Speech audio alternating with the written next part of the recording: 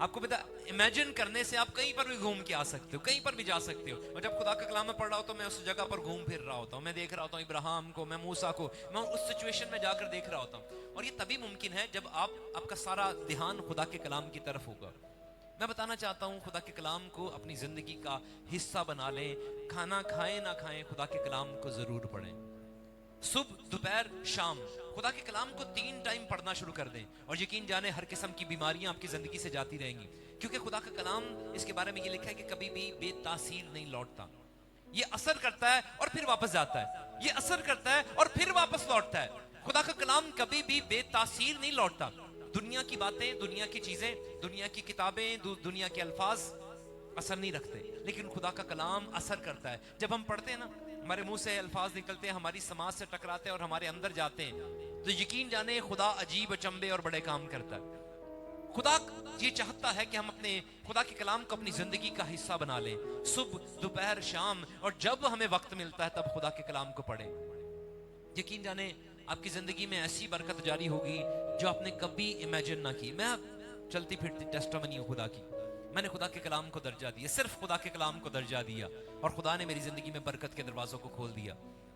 خدا نے مجھے برکت پر برکت عطا کی جب میں نے خدا کے کلام کو آنر دیا. اور میں اس کلیسیا میں ہمیشہ کلام کی بات کرتا ہوں. ساری چیزیں ایک طرف, ورشپ ایک طرف, دعا ایک طرف, لیکن جو اس کلام کی پاور ہے, اگر ہم خدا کے کلام کو آنر نہیں دیں گے نا, ہم دعائیں کرتے لیں, اگر ہم خدا کے کلام کو آنر نہیں دیں گے تو زندگی میں برکت جاری نہیں ہوگی. کیونکہ لکھا ہے ابتدا میں خدا کی روح پانیوں کی سطح پر جنبش کرتی تھی. وہاں پر ورشپ بھی ہو رہی ہے خدا کی, وہاں پر خدا کی حمد بھی ہو رہی ہے. لیکن تخلیق کا کام کب سٹارٹ ہوا؟ جب خدا نے اپنے منہ کو کھولا اور کلام جاری ہوا, روشنی ہو جا. جب کلام جاری ہوتا ہے تبھی برکت جاری ہوتی ہے. جب کلام جاری ہوتا ہے تبھی بندھن اور جوئے ٹوٹتے ہیں. خدا کا کلام ہمارے لیے میڈیسن ہے. جو خدا کے کلام کو آنر دیتے ہیں زندگی میں کبھی شرمندہ نہیں ہوتے. آج خدا کا کلام آپ سے یہ کہہ رہا ہے کہ تہیہ کر لیں. پیدائش سے لے کر مکاشفہ تک کوئی بڑی کتاب نہیں, کوئی بہت بڑی کتاب نہیں ہے, چھوٹی سی کتاب ہے نا.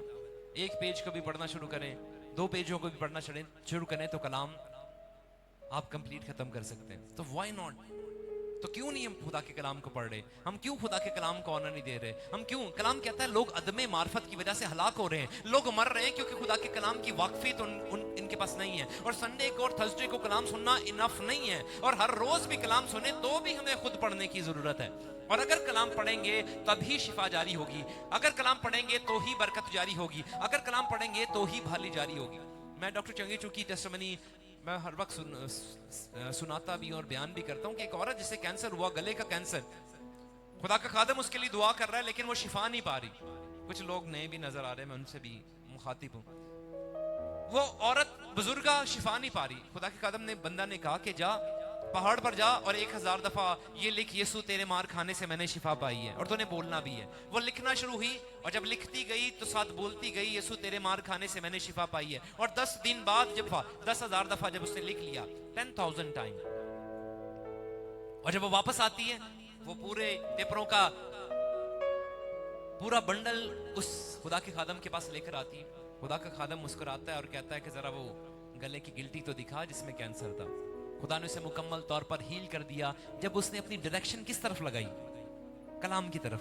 آپ کو پتا ہے وہ دعا سے شفا نہیں پا رہی تھی, وہ دعا سے شفا نہیں پا رہی تھی, لیکن جب اس نے اپنی ڈائریکشن خدا کے کلام کی طرف لگائی, اپنا دھیان خدا کے کلام کی طرف لگایا, تو اس نے شفا پا لی.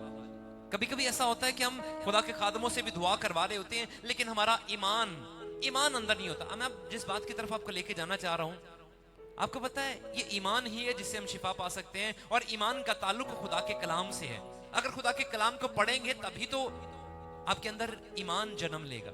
کلام کہتا ہے ایمان سننے سے پیدا ہوتا ہے, اور سننا مسیح کے اپنی زندگی کا حصہ بنا لیں. آج it's my humble request, if you want to become a successful person, اگر آپ واقعی کامیاب بننا چاہتے ہیں, خدا کے کلام کو اپنی زندگی کا حصہ بنا لیں. صبح, دوپہر, شام, اور جب آپ کو وقت ملتا ہے آپ حصہ بنا لیں. جب آپ نے فارغ اپنی زندگی سے ایک عہد کر لیں کہ جب مجھے وقت ملے گا, میں برتن دھو کے فری ہوں گی تو میں 1 چیپٹر پڑھ لوں گی, میں روٹیاں بنا کے فارغ ہوں گی تو میں 1 چیپٹر پڑھ لوں گی, میں کھانے بنا کے فارغ ہوں گی تو 1 چیپٹر پڑھ لوں گی. اپنی زندگی سے ایک عہد کریں, اور یقین جانے جب آپ ایسا کریں گے تو آپ کی زندگی میں وہ کام ہوں گے جو نہ آنکھوں نے دیکھے, جو نہ کانوں نے سنے.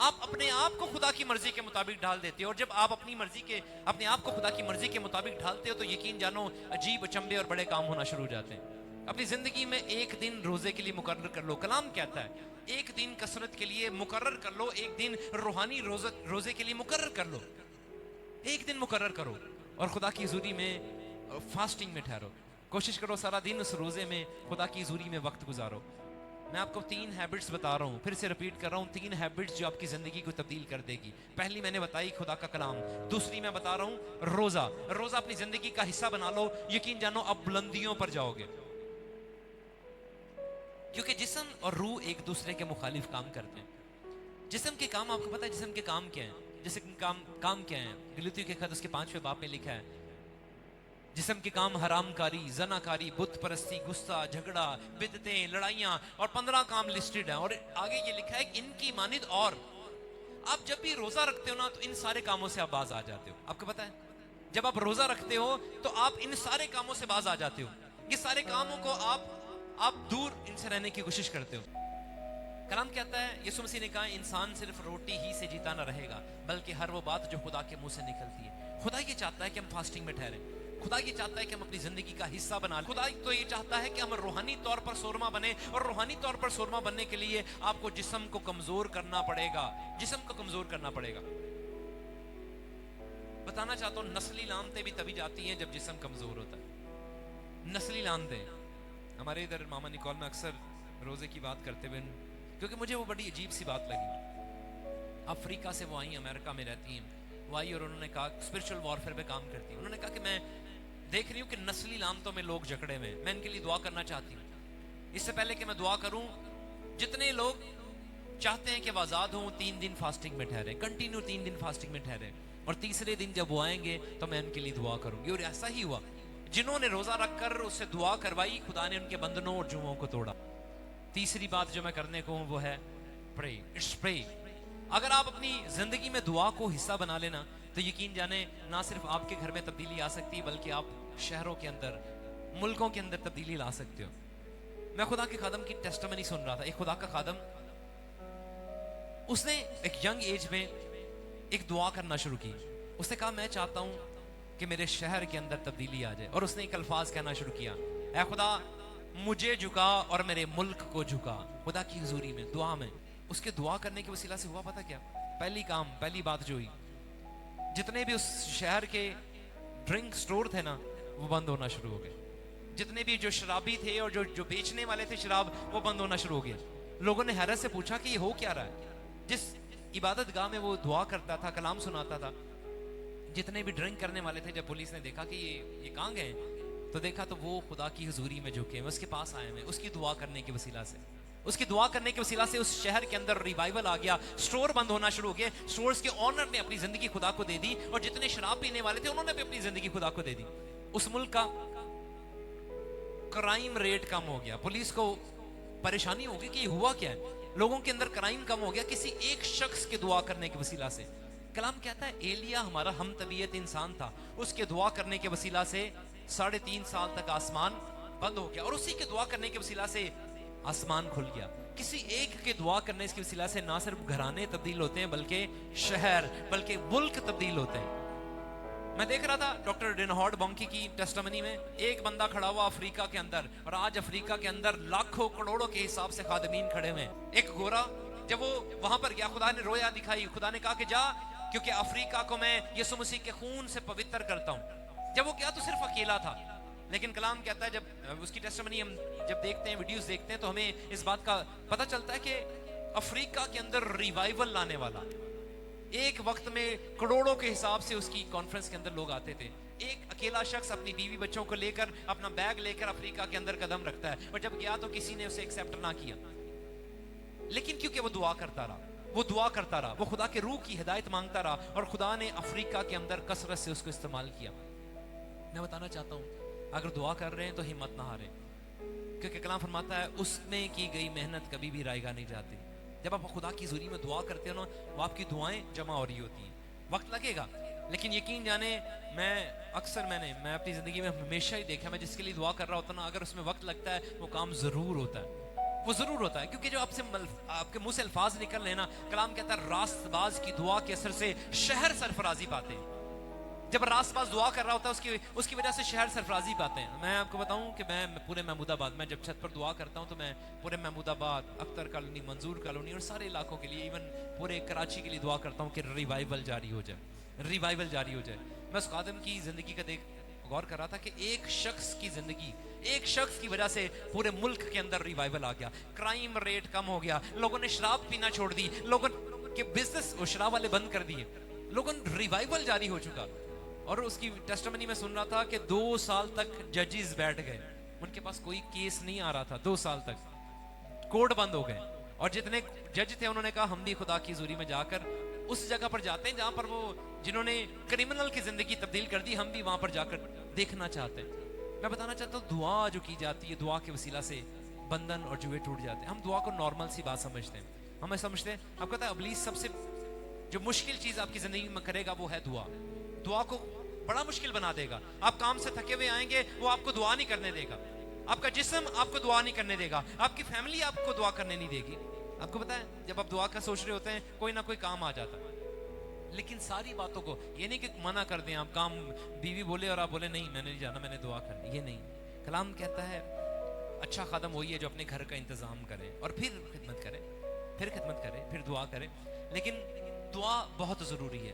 تیسری ہیبٹ جو ہماری زندگی کا حصہ بننا چاہیے وہ ہے دعا. دعا کو اپنی زندگی کا حصہ بنا لے، یقین جانے برکت پر برکت پائیں گے. دعا کو اپنی زندگی کا حصہ بنا لے، ابلیس کی ساری چالوں پر آپ غلبہ پائیں گے. دعا کو اپنی زندگی کا حصہ بنا لے، آپ روحانی طور پر سورما بن جائیں گے. دعا کو اپنی زندگی کا حصہ بنا لے، جس جنگ میں آپ کھڑے ہوں گے وہ جنگ آپ کی ہو جائے گی. آپ کہتے ہیں میرے حالات بدل نہیں رہے کیونکہ آپ دعا نہیں کر رہے. آپ ایک دفعہ دعا کرتے ہو اور پھر بھول جاتے ہو. آپ 2 دفعہ دعا کرتے ہو اور بھول جاتے ہو. آپ مہینہ دعا کرتے ہو اور بھول جاتے ہو. آپ کو پتا ہے خدا کیوں نہیں سنتا؟ میں آپ کو بتاؤں. خدا نا ہمیشہ وہ دعائیں سنتا ہے جو کلیئر ہیں. کبھی کبھی ہم دعا کر رہے ہوتے ہیں، ہم کہہ رہے ہوتے ہیں خدا مجھے گھر چاہیے. فار ایگزامپل،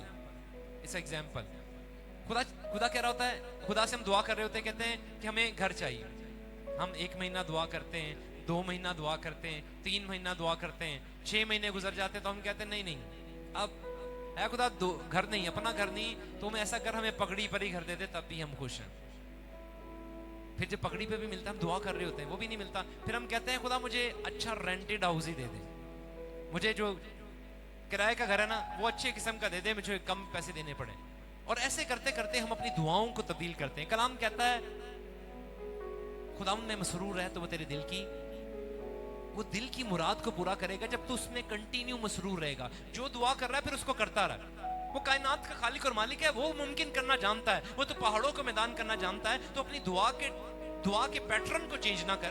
کلام کہتا ہے آپ کو پتا ہے یہ جلتی ہوئی ڈیزائر جب تک آپ کے دل میں نہیں ہوگی نا، اگر آپ کو گھر چاہیے تو پھر مانگو خدا سے، اے خدا میں تو تیری حضوری میں مانگ رہا ہوں، مجھے سال لگے، مجھے 1.5 سال لگے، مجھے 2 سال لگے، لیکن میری دعا کا پیٹرن چینج نہیں ہوگا. مجھے وہی گھر چاہیے جو میں تیری حضوری میں مانگ رہا ہوں. میں آپ کو پتا ہے میں نے بہت ساری چیزوں کو ایسے ریسیو کیا ہے، میں امیجن کرنا شروع کرتا ہوں مجھے یہ چاہیے اور میں اس کے لیے دعا کرنا شروع کرتا ہوں. جب ہم دعا کر رہے ہوتے ہیں ہم یہ نہ کمپرومائز نہ کریں، نہیں خدا یہ والی دعا نہیں سننا تو پھر چھوٹے لیول کی دعا سن لیں. اچھا خدا یہ نہیں تو پھر اس سے چھوٹے لیول کی دعا سن لیں، یہ تو تیرے سے ہو ہی جائے گا. ارے وہ تو سب کچھ کرنے کی قدرت رکھتا ہے. جو آپ مانگ رہے ہیں اس سے کہیں بڑھ کر وہ کام کرنے کی قدرت رکھتا ہے. جو آپ سوچ رہے ہو نا آپ کی سوچ سے کئی گنا وہ بڑا کام کرنا جانتا ہے. آپ چھوٹا سا گھر مانگ رہے ہو وہ آپ کو بنگلے دینا جانتا ہے، وہ آپ کو ملکوں کا، آپ کو جزیروں کا مالک بنانا جانتا ہے. وہ قادر مطلق خدا ہے، اسے مانگو تو صحیح اور مانگ کر پھر اس کو یقین کرو. آپ کو پتا ہے موسیٰ کو سزا کیوں ملی؟ موسیٰ کو سزا پتا کیوں ملی؟ موسیٰ کے بارے میں لکھا خدا نے کہا کے بارے میں اس نے کہا کہ یہ میرا دوست ہے. جیسے میں موسیٰ سے روبرو باتیں کرتا ہوں میں کسی سے بھی نہیں باتیں کرتا. داؤد سے بھی اس نے ایسے باتیں نہیں کی اور کسی خدا کے ممسوس سے ایسے باتیں نہیں کی جیسے اس نے موسیٰ سے بات کی. لیکن اس کی ایک غلطی نے اسے ملک کنعان میں جانے سے روک دیا.